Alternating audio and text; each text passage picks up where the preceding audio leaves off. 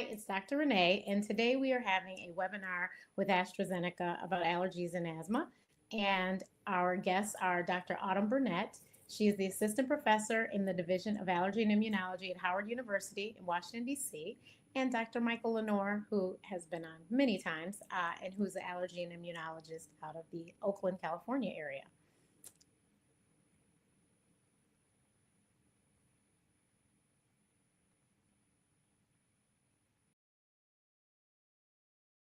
Hello, and welcome to this program sponsored by AstraZeneca. My name is Dr. Autumn Burnette, and I've been practicing medicine as an allergist in the asthma space for approximately 15 years. I have the pleasure of providing this educational disease state presentation entitled, Taking Control, the Urgent Need to Identify and Address Uncontrolled Asthma. Please note that this presentation does not qualify for any form of continuing education credit. Today, our goal is to achieve the following objectives: recognize the burden of uncontrolled asthma in the United States, learn how the AIRQ, pediatric AIRQ, and accompanying evidence-based educational materials can help identify uncontrolled asthma, and heighten the awareness of patients and clinicians' overestimation of asthma control and evaluate the clinical merits of AIRQ and pediatric AIRQ compared to other asthma control tools. Let's begin by looking at asthma prevalence in the United States over the last 2 decades, which we see has remained relatively stable. In 2022, approximately 26.8 million people in the United States had asthma, accounting for approximately 8.2% of the country's population, which is a slight increase from previous years. Based on the most recent data, approximately 44% of children and 60% of adults live with uncontrolled asthma. A substantial portion of U.S. patients with asthma remain uncontrolled, contributing to increased healthcare resource utilization and reduced quality of life. The latest statistics on asthma show that in 2022, there were approximately 11.4 million asthma attacks in the United States, while there were over 3,500 asthma-related deaths in 2021. In 2020, there were approximately 1 million emergency department visits and approximately 95,000 hospitalizations due to asthma. And in 2018, there were more than 7.9 million missed school days and 10.9 million missed work days due to asthma. The burden of uncontrolled asthma is substantial and projected to increase in the next decade and beyond. Projections from 2019 to 2038 estimate that approximately 2 million more individuals aged 15 years of age and older will be living with asthma by 2038, with 52% of all patient years with asthma are expected to be uncontrolled over this time period. Over this 20-year period, cumulative projected cost associated with uncontrolled asthma, both direct and indirect, will be close to $1 trillion. These projections suggest that new approaches to the identification and management of uncontrolled asthma are needed to help decrease the burden of disease. When it comes to assessing asthma control, measuring only symptom impairment or only exacerbation history-based risk may lead to misclassification of disease control for a significant portion of patients with asthma. Both domains of control need to be assessed to properly understand a patient's disease control status. In a large study looking at medical claims data in approximately 4.5 million patients of all ages and all asthma severities, patients were characterized by both domains of control, impairment, and risk. Those who had 2 or more annual systemic corticosteroid fills were considered uncontrolled by the risk domain. Those who had 3 or more annual short-acting beta agonist fills were considered uncontrolled by impairment alone. When assessing disease severity using risk alone, 14% and 23% of patients with mild, moderate, and severe asthma, respectively, were identified as uncontrolled. On the other hand, when assessing disease severity using impairment alone, only 28% of patients with mild to moderate and 39% of patients with severe asthma were identified as uncontrolled. However, when using both domains to define control, 35% of people treated for mild and moderate asthma and 50% of people treated for severe asthma had uncontrolled asthma. Of the approximately 1.7 million patients identified as having uncontrolled asthma, 81% were treated for mild or moderate disease. So what does the GINA expert report recommend for measuring asthma control? According to GINA, asthma control should be measured in two domains: symptom control and risk of adverse outcomes. Symptom control is important to measure in patients with asthma. However, it should always be measured in combination with future risk. Clinicians should always strive to identify risk factors in their patients, including exacerbations, accelerated lung function decline, and medication adverse effects.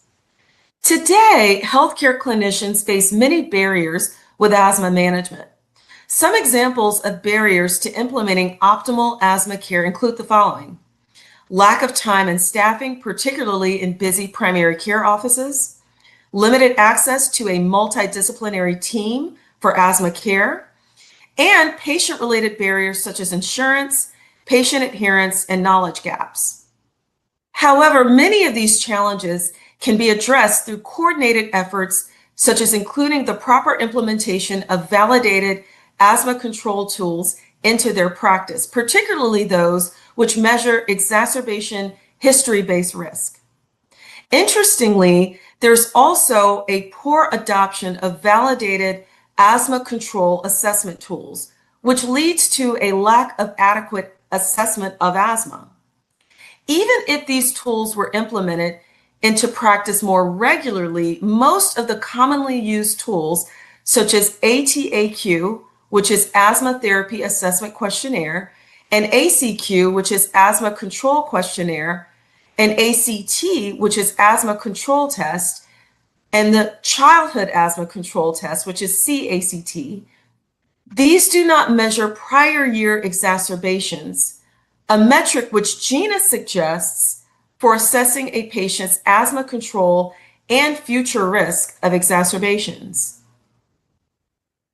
To help address the urgent unmet needs in asthma, the Precision program was developed. The Precision program is an unbranded initiative dedicated to improving the identification and management of patients with uncontrolled asthma. The program was developed in conjunction with independent advisors, including scientific and clinical experts and local healthcare professionals representing different backgrounds, specialties, and geographic locations, and even practice settings. The pioneers of the Precision program set out to accomplish a variety of objectives, including the following: developing and validating an asthma control tool that measures both symptom impairment and exacerbation risk, providing evidence-based clinician and patient education materials, publishing data on the efficacy and implementation of developed tools and materials, and partnering with societies and healthcare systems. Through this program, a composite asthma control tool for adults and adolescents aged 12 years of age and above was published in 2020, and a composite asthma control tool for children aged 5 to 11 years was published in 2025. We will go more in depth on the use and validation of both composite control tools in the upcoming slides. The AIRQ is a 10-item, low literacy demand, equally weighted yes-no composite asthma control questionnaire with 7 impairment items with a 2-week recall period and 3 risk items with a 12-month recall period. It includes exacerbation items that represent a significant component of asthma morbidity that are currently not captured in many existing questionnaires. AIRQ scores are interpreted as follows. Scores of 0 to 1 indicate well-controlled asthma. Scores of 2 to 4 represent not well-controlled asthma. and scores 5 to 10 identify very poorly controlled asthma. The AIRQ is designed for healthcare professionals to use with their patients 12 years of age and older who have been diagnosed with asthma. This composite control questionnaire is meant to be used within a clinic visit setting as a shared decision-making tool that helps the provider and the patients assess and discuss asthma control. Use of the AIRQ in clinical practice could serve to heighten awareness of the need for clinical interventions among all healthcare providers, accelerate the identification of patients in primary care who may benefit from specialty referral, and reveal to those specialists those patients within their practices with unrecognized morbidity. The AIRQ has been validated with a cross-sectional study and a longitudinal study. In these studies, an exacerbation was defined as treatment with a course of systemic corticosteroids for 3 days or more, any visit to an emergency department, urgent care, or unplanned office visit due to an asthma exacerbation, or a hospital stay for asthma greater than 24 hours. The objective of the cross-sectional validation study, as shown on the left of the slide, was to derive the final AIRQ questions, scoring algorithm, and cut points to validate AIRQ as a composite measure of asthma control measured against a standard of the ACT score, impairment domain, plus prior year exacerbation history, risk domain. In the cross-sectional analysis, 442 patients aged 12 years of age and older with physician-diagnosed asthma were included. The patients span all disease severities as defined by GINA. The mean age of patients was 44 years old, nearly 30% were male, and over 80% were Caucasian, and approximately 8% were defined as Black or African American. An ACT score of 20 or more and no prior year exacerbation was defined as well controlled. An ACT score between 16 and 19 or an exacerbation that did not require hospitalization was defined as not well controlled. The very poorly controlled category was defined as either an ACT score of 15 or less, 2 or more exacerbations not requiring hospitalizations, or 1 or more hospitalizations for asthma in the past 12 months. The AIRQ questions were then evaluated against this composite criterion to determine its ability to differentiate the 3 levels of control. The objective of the longitudinal study, as shown on the right side of the slide, was to assess the ability of the AIRQ to predict patient-reported exacerbations over 12 months. Eligible patients were aged 12 years of age and older with physician-diagnosed asthma across all GINA levels of severity. A total of 1,112 patients were enrolled, with 1,070 completing 1 or more follow-up surveys over 12 months. The mean age was 43.9 years, with approximately 15% of patients aged 12 to 17 years. Over 70% of patients were female, nearly 80% identified as white, approximately 12% identified as Black or African American, and approximately 6% identified as Hispanic or Latino. Based on the AIRQ completed at the enrollment clinical visit, 35.2% of patients were classified as well-controlled, 38.1% classified as not well-controlled, and 26.6% classified as very poorly controlled. In the cross-sectional study, the retained AIRQ questions were selected for their ability to contribute statistically to one or both of the 2 models shown on this slide.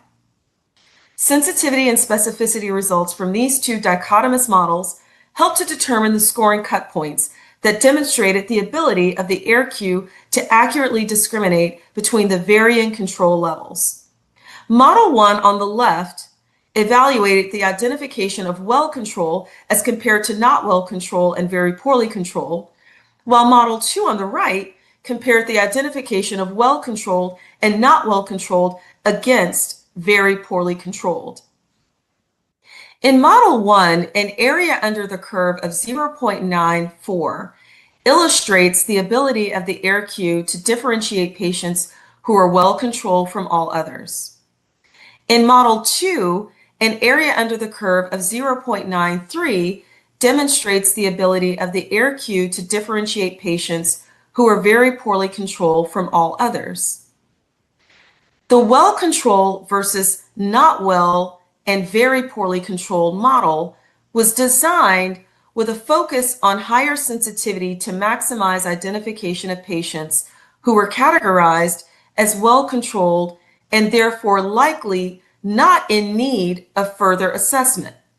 A cut point of greater than or equal to 2 yes responses provided a sensitivity of 0.90 to separate patients who were well controlled from all others.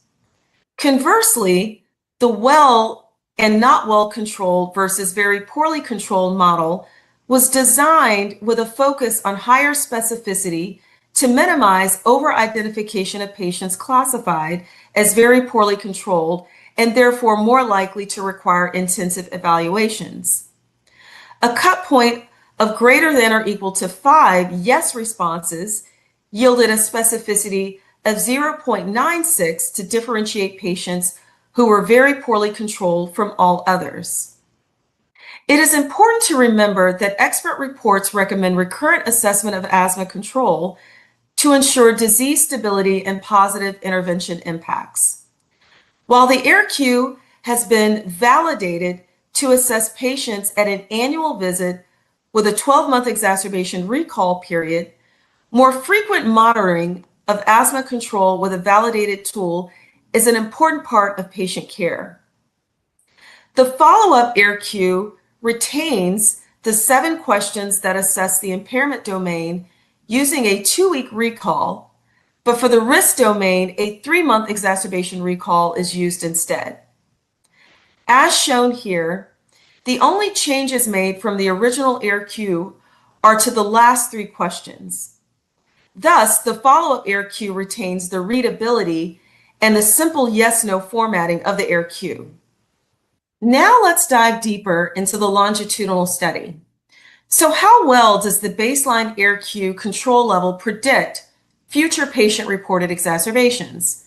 As you can see, the Kaplan-Meier curves demonstrated clear differentiation of time to first exacerbation by baseline AIRQ control level. Compared to well-controlled asthma, the odds of experiencing 1 or more patient-reported exacerbations over 12 months were 2.1 times higher for patients with not well-controlled asthma and 4.6 times higher for those with very poorly controlled asthma. There may be consequences to overlooking the risk of prior exacerbations when assessing asthma control. Among the patients who were rated as completely or well controlled by themselves, their physicians, or the ACT had 1 or more exacerbations in the prior year. Approximately 5 times more self-rated patients, 4 times more physician-assessed patients, and 3 times more ACT-rated patients went on to experience an exacerbation in the following year compared to those rated well controlled by the AIRQ. Overall, the use of the AIRQ can lead to improved recognition of uncontrolled asthma, providing the opportunity to potentially intervene prior to a future exacerbation. Decreasing severe exacerbations that need treatment with short courses of systemic corticosteroids is essential to mitigate the risk of developing adverse health conditions. Let's now take a look at some of the risks associated with cumulative systemic corticosteroid exposure. With 1 course or burst of prescribed systemic corticosteroid, most regimens will stay under the 500 milligram cumulative mark.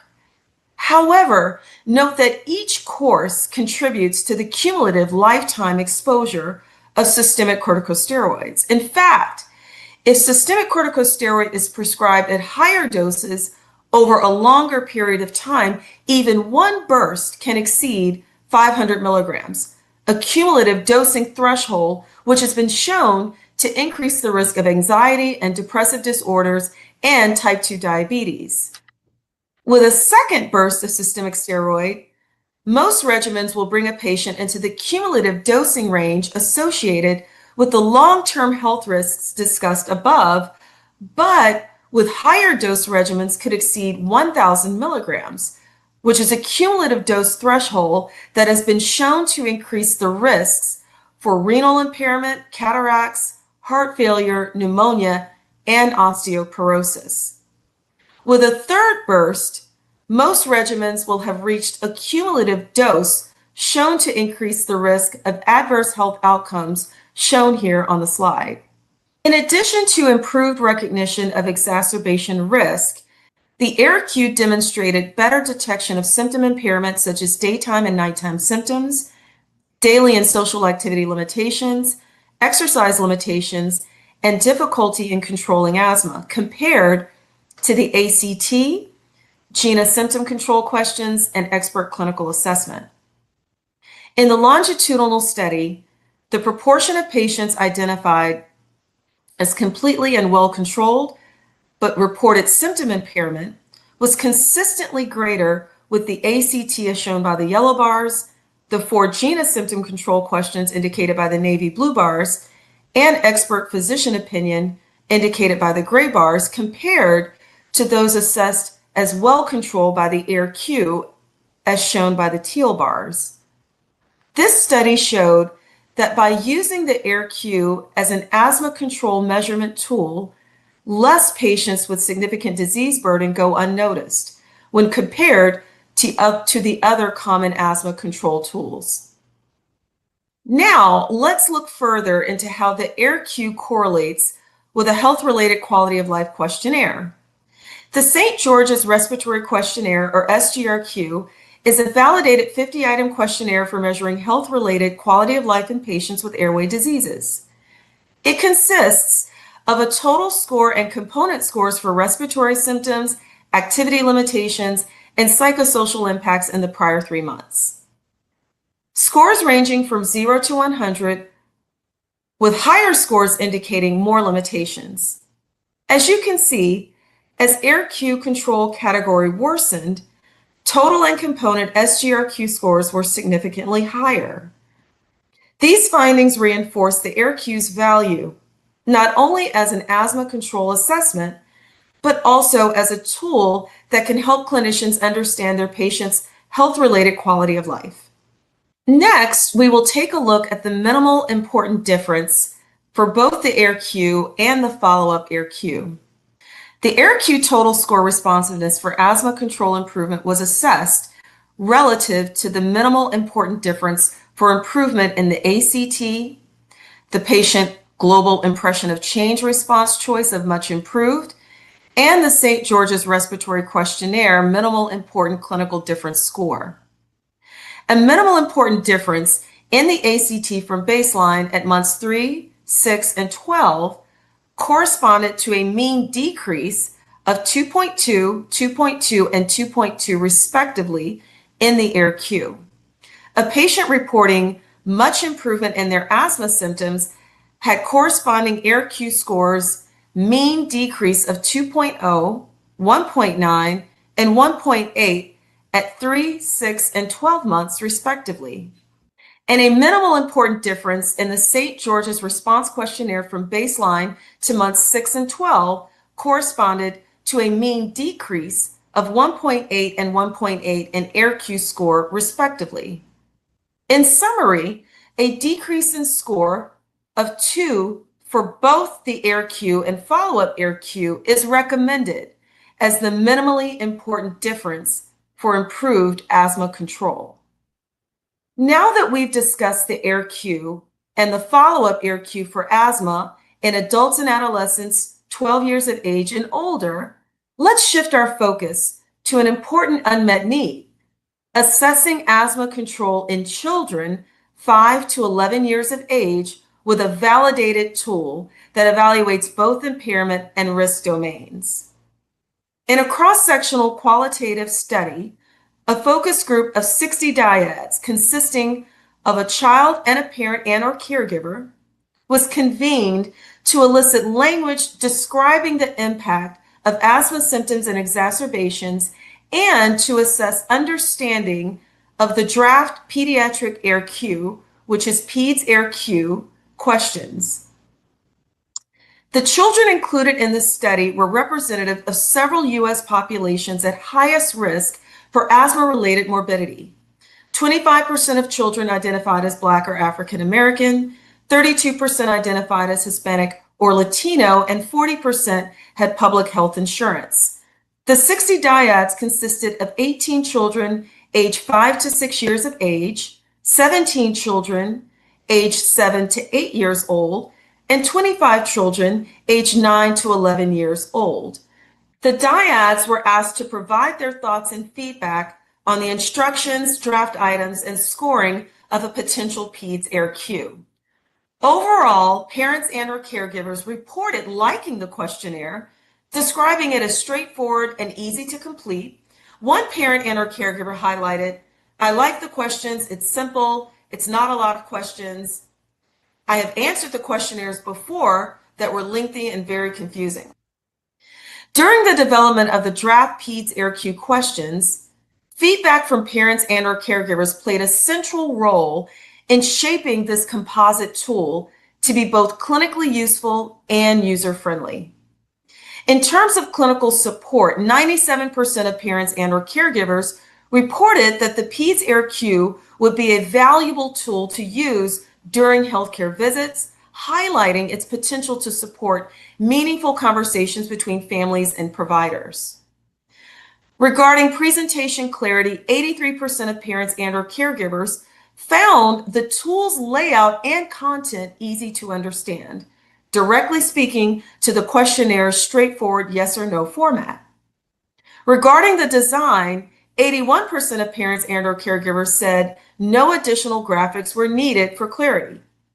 Overall, these findings reinforce that the PEDS AIRQ not only measures asthma control, but does so in a way that resonates with and is accessible to parents and/or caregivers. Let's take a closer look at the 60 parent-child dyad focus groups and explore why there's a critical need to improve how we assess asthma control in children. Clinicians were asked to rate the asthma control of these children who were followed in their practices. Additionally, parents and/or caregivers answered the 4 GINA symptom control questions and reported exacerbation occurrence for their child in the previous 12 months. In this study, both control assessment approaches overestimated asthma control in children. The graph on the left is based on a 3-point scale classifying asthma control as well-controlled, not well-controlled, or very poorly controlled. Based on this scale, 48 children, or 80%, were classified by their physicians as having well-controlled asthma. 32 children, or 53%, were classified by the GINA symptom control tool as having well-controlled asthma. However, approximately 1 in 2 children classified as well-controlled by clinicians and 1 in 4 children assessed as well-controlled by the GINA symptom control questions had experienced prior year exacerbations. After the draft PEDS AIRQ questions were obtained, a cross-sectional observational study, which included 399 children aged 5 to 11 years old, was used to derive the final PEDS AIRQ questions, scoring algorithm, and cut points to validate the PEDS AIRQ as a composite measure of asthma control measured against a standard of the GINA symptom control tool score plus prior year exacerbation history. The mean age of the children in this study was 7.9 years. Approximately 63% of children were male, approximately 69% of children were white, and approximately 33% were Hispanic or Latino ethnicity. An estimated 9%, 60%, and 8% of children had mild, moderate, or severe persistent asthma based on pharmacological treatment, respectively. Lastly, nearly 40% of children had public or no health insurance. 18 candidate impairment and risk questions were evaluated against a criterion composite standard of asthma control defined as baseline GINA score representing impairment and chart documented prior year exacerbations representing risk. A GINA score of 0 and no prior year exacerbations was defined as well controlled. A GINA score of 1 to 2 or a single exacerbation that did not require hospitalization was defined as not well controlled. The very poorly controlled category was defined as either a GINA score of 3 or 4 or 2 or more exacerbations not requiring hospitalizations, or 1 or more hospitalizations for asthma in the past 12 months. Based on findings from the cross-sectional observational study, the final PEDS AIRQ questions were established, resulting in a validated composite tool for assessing asthma control in children aged 5 to 11 years old. The PEDS AIRQ is an 8-item, low literacy demand, equally weighted yes-no composite asthma control questionnaire with 5 impairment and 3 risk items. Similar to the AIRQ, it includes exacerbation items that represent a significant component of asthma morbidity and are not captured in common questionnaires. PEDS AIRQ scores are interpreted as follows.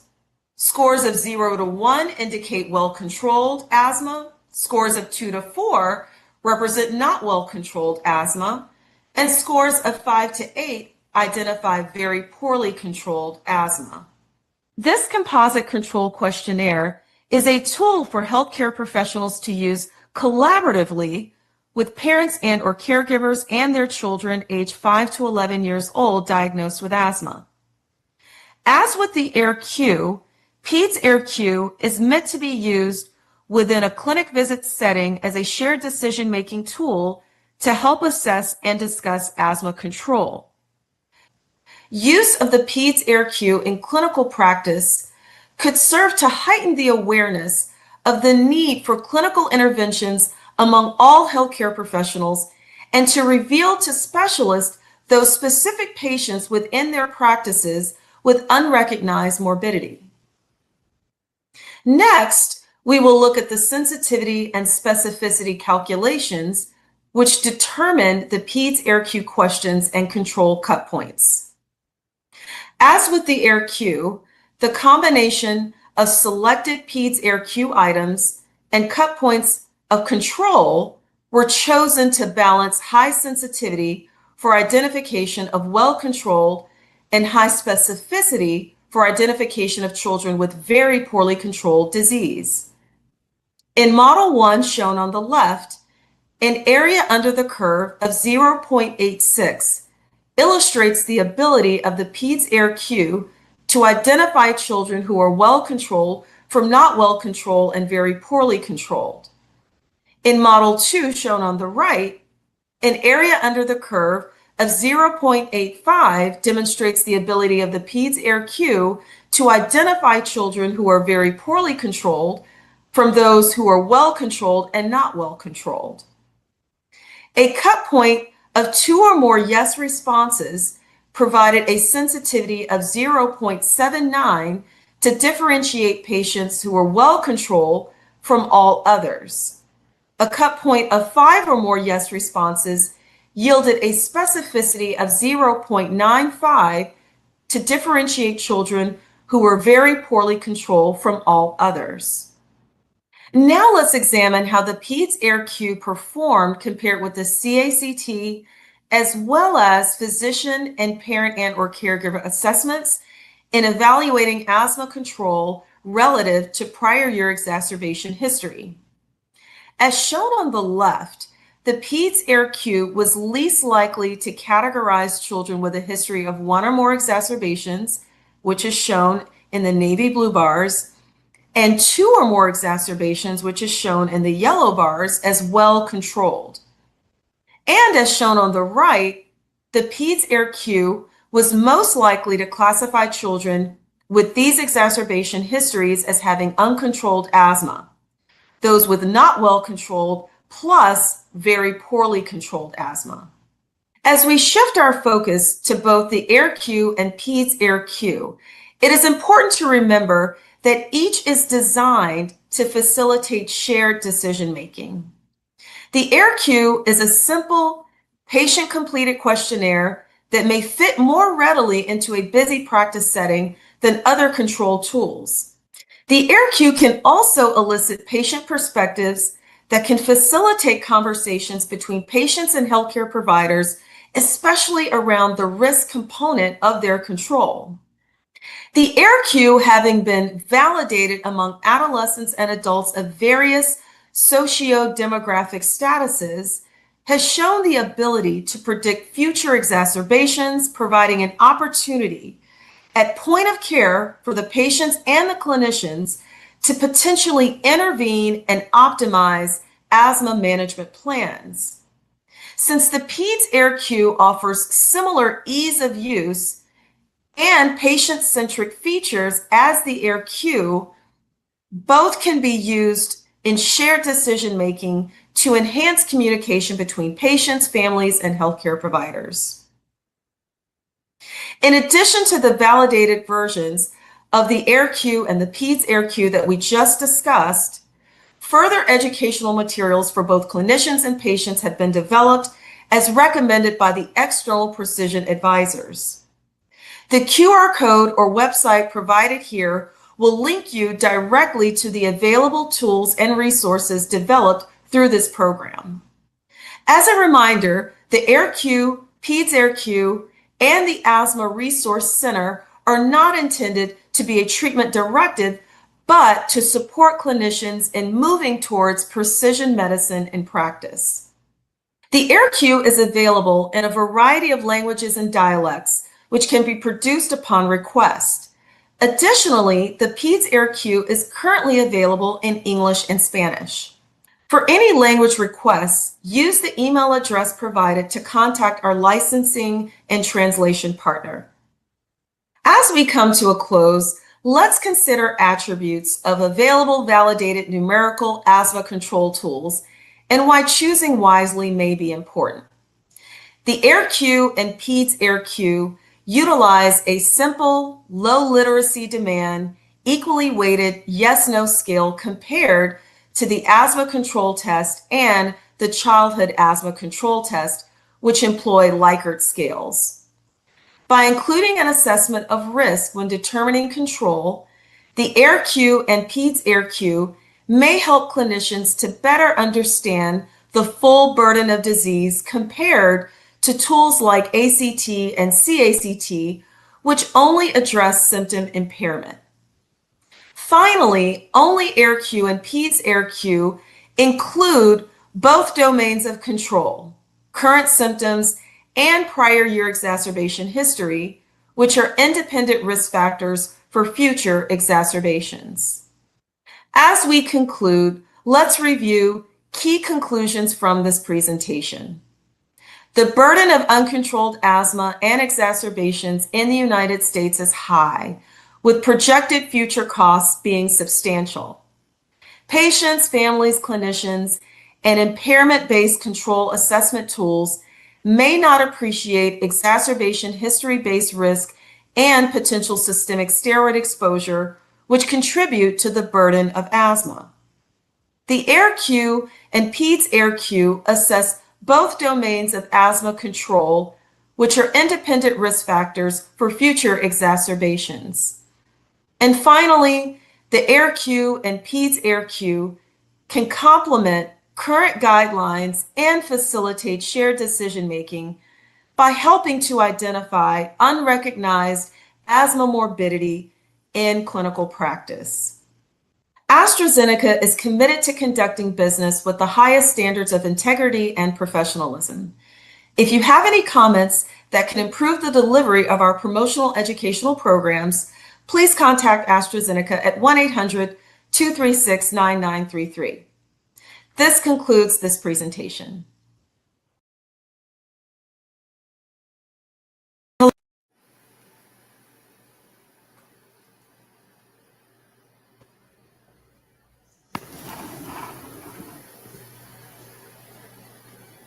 I guess that this is the time to ask a few questions. It's so paradoxical for me because I was one of the lead persons on the team that validated the ACT test and helped to implement it when it was implemented. I think this is a far superior test. If, as you've explained, there are two dynamics that need to be assessed whenever you do these tests. One is obviously the immediate situation. The other is potential situations. And I think that makes this, without question, a superior test. And when we did the ACT test, we knew superior tests would come along. Several have come, but none which addresses these two components. One of the questions I have, is it clear now in our thinking, I know this was debated, that uncontrolled asthma can ultimately lead to chronic obstructive pulmonary disease, which makes this assessment more critical? I think that's a challenging question. I think we're still trying to get answers to that. But I think more importantly, the value of having an important questionnaire tool that looks at not only symptoms, impairment of those symptoms, level of control, but also looks at future risk of having exacerbations. I think at the core, that's what we really want to know. Are these patients at risk? Even the ones that we think we're assuming are well controlled. Are we wrong about that? Do we need a better tool? Is this a better tool to really look at if there is a risk for future exacerbations, a risk for hospitalizations, ER visits, and potentially systemic steroid use? I think that's the burning question for us, as it pertains now in the here and now, and really helping, having a tool that's just easy to use, but really looking at future risk, and really doing it in a way that we really want, which is not only the risk, the symptoms, but the impairment of those symptoms, but also the risk of what happens as a result of that impairment.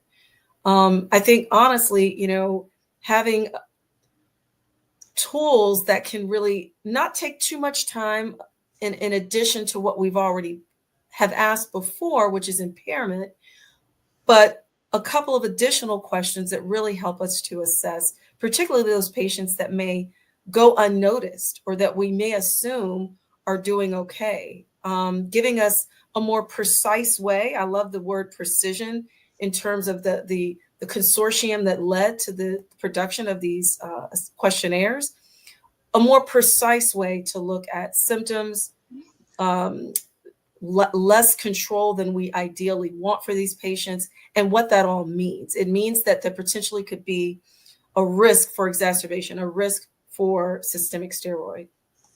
How do these measurements, since they are more subjective, how do they correlate with more objective tests like spirometry, nitrous oxide, and studies like that? I think it's supplementary. I think it's adjunctive. The AIRQ and PEDS-AIRQ do not diagnose asthma, but they can help to guide you based on the diagnosis that has been made, which can be, again, from using rule of twos, can be used by assessing spirometry and FEV1 and airway reversibility. It's really nice to know that now we have a FeNO level that we can use to measure airway inflammation in real time.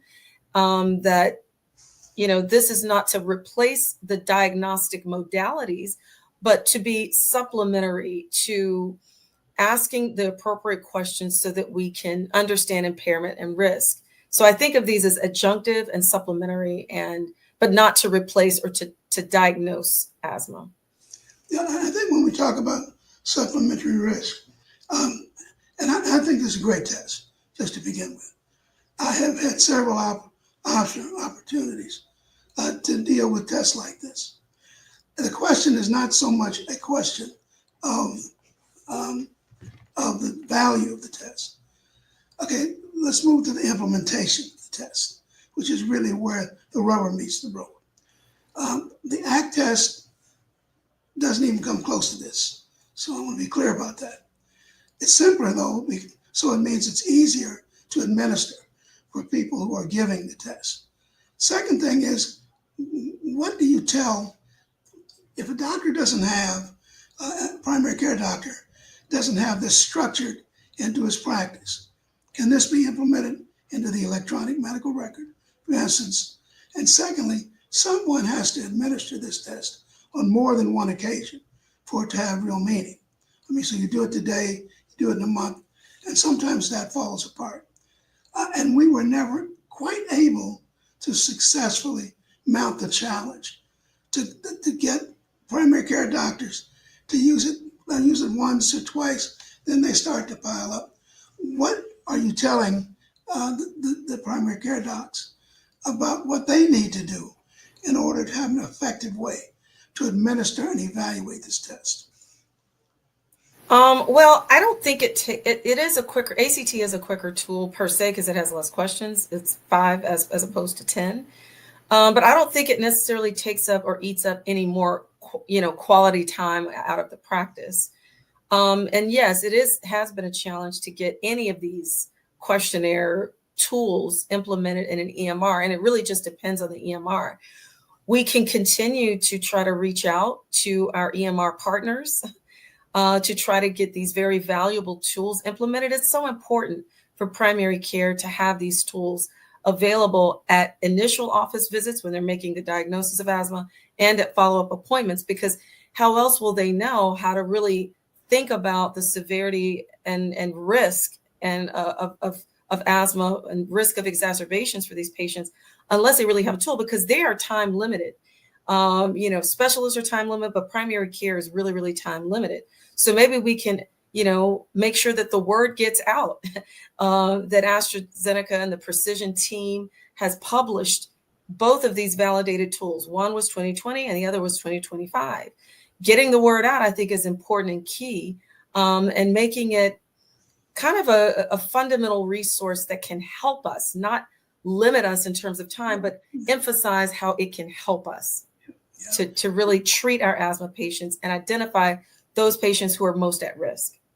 Yeah, well, I think the value of lectures like this fall into maybe 2 major categories. One is to get most doctors to understand that there are 2 dynamics. One is the acute dynamic. The other is the inclusion of exacerbations so that you can predict future dynamics. And if you can get patients to understand that, then it's easier to get them in and to monitor them. Control in patients with a disease that's not constant is I've been in practice like 40 years or so, and both academic and practice. And we can't call it compliance anymore. You have to call it adherence. Is a very difficult thing. And I think that as you spend time, evaluating and talking about this test, excuse my voice, it's almost always like this, but and then I think it's really important for doctors to understand you got to have a system. We've had it in schools where the nurse had to give it or do it. We've had it in lots of different ways. But getting primary care docs to understand that asthma control is not just an observation in your office, or not just what the patient tells you, because the patient wants you to be happy. So how are you doing with your asthma? Oh, I'm doing just great. Well, let's take this test, and you find out the scores are unacceptable. So I think that there needs to be obviously a lot of effort put into structuring this test within the context of a practice which is already, as you would admit, burdened by 100 different parameters on a single electronic medical note. I think that would be helpful. But I think this is a very valuable test. It certainly gives us a little bit more information. I just hope that the primary care community will adopt this test and put it in a framework that allows them to be successful evaluating patients, but monitoring them and anticipating which ones will have real problems. Maybe we can start at our training institutions, in med schools, residency programs, particularly residency programs for pediatrics, internal medicine, and family medicine. Maybe we can start at the training level, because really that's where they're trained to learn how to screen patients, and and then it's embedded so that when they go out and start practicing, that's their routine practice. Maybe we can start at the teaching level. Yeah, well, I pretty much exhaust my test. I hate to see my test go down in flames like this, but hey, what's the song say? Everything must change. Well, change is good. I think they thought it through, and they said, we can tweak what we know to be valuable already. We know that questionnaire tools are valuable. Your test, the ACT test, taught us that tools are valuable. They tweaked it. And we anticipated that would happen. Anything as simple as we put up there, 5 questions, has got to go down at some point. Now, I think this is a very valuable addition to the things that doctors should be able to use in terms of trying to keep control of their patients. I tend to use albuterol usage a little bit more sometimes than other techniques, but I think this will be very helpful to us. We have 7 allergists. I bet none of them know anything about these tests, either the ACT test or the other test. And I think it's my responsibility to try and integrate that into our practices. I agree. Our work is cut out for us, but we can do it. And it's a simplified test. I think patients would be eager to know what their score is, Yeah. Is it greater than 2? Yeah. And they would be striving the next time they come to our office to see if it's now less than 2. Give them a number greater than 2. That's not what we want. We want something less than 2. Burnette, I think we could probably discuss this implementation. My grandson is in your practice, and I better get him back over there, because he represents the non-adherent group of people who are kind of hanging around. But I think this is a welcome addition, and we're pleased to have the opportunity to advance the knowledge about the test. And I think that with the audience we have, we probably will change some minds. I appreciate you, and I appreciate the opportunity to talk with you and for you to come on at this time in a very busy schedule. Thank you, Dr. Lenore, for your leadership and your guidance. And we just hope to follow in your footsteps. Well, pretty small footsteps now. But we always end our webinars, our programs, with our observation that health is your biggest asset, so protect it.